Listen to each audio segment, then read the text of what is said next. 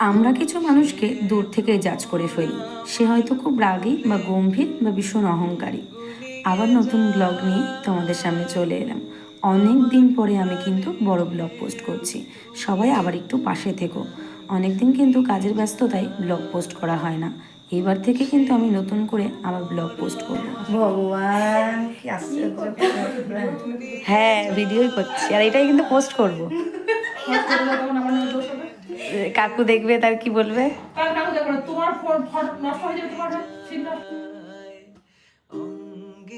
আমরা এত বছর এক পাড়াতেই থাকতাম, কিন্তু ওর সাথে আমার কখনো কথা হয়নি, ও আমার সাথে কখনো কথা বলেনি।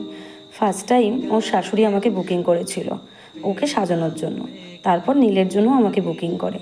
তখনই ওর বাড়িতে গিয়ে ওর সাথে আমার কথা হয়েছিল। এত মিষ্টি একটা মেয়ে, কথা না বললে হয়তো কখনো বুঝতেই পারতাম না।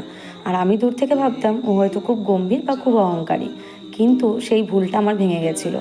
তাই আমরা কিছু মানুষকে দূর থেকে অনেকটা জাজ করে ফেলি, হয়তো সে খুব খারাপ বা অহংকারী, খুব গম্ভীর, কিন্তু একদমই নয়। দূর থেকে যেটা ভাবি সেটা একদমই হয় না।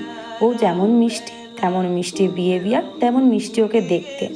এত ভালো একটা মেয়ে, আর সাজানোর পরে সত্যি খুব মিষ্টি লাগছিল।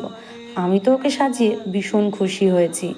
আর ওর বরের জুটিটা তোমরা যে এতটা পছন্দ করবে আমি কখনো ভাবতেই পারিনি। খুব সুন্দর লাগছে, খুব সুন্দর, খুব সুন্দর হয়েছে। ওটা আমার বৌমা হয়, খুব ভালো সাজাতে পারে। আমরা খুশি যে আমাদের পাশে এই বৌমাটা রয়েছে। যখন ইচ্ছা হবে তখন ডাকলে আমাদের বৌমা সাজিয়ে দেবে। এটা আমার ছোট বৌমা। আজকে বৌমার ইচ্ছে পূরণের দিন। ইচ্ছে ছিল সাজবে, খুব সুন্দর হয়েছে, খুব সুন্দর, ভালো আছে তো? এক্সিলেন্ট হয়েছে একবার।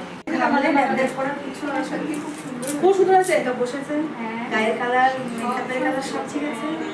মানে সেই বিয়ের সময়ের মতো সেই মানে সাদা হয়ে যায়। বিভৎস ছিল, সত্যি খুব ভালো লাগছে, মিষ্টি লাগছে। ছবি তুলেছিস?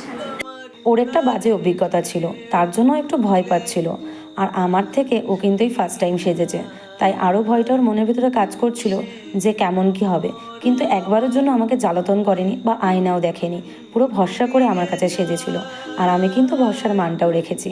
তাই তোমরা এবার বলো যে ওর লুকটা কেমন লাগছে। ওদের জুটিটা তোমাদেরও সবার খুব পছন্দ হয়েছে, তাই তো এত এত ভালোবাসা দিয়েছো।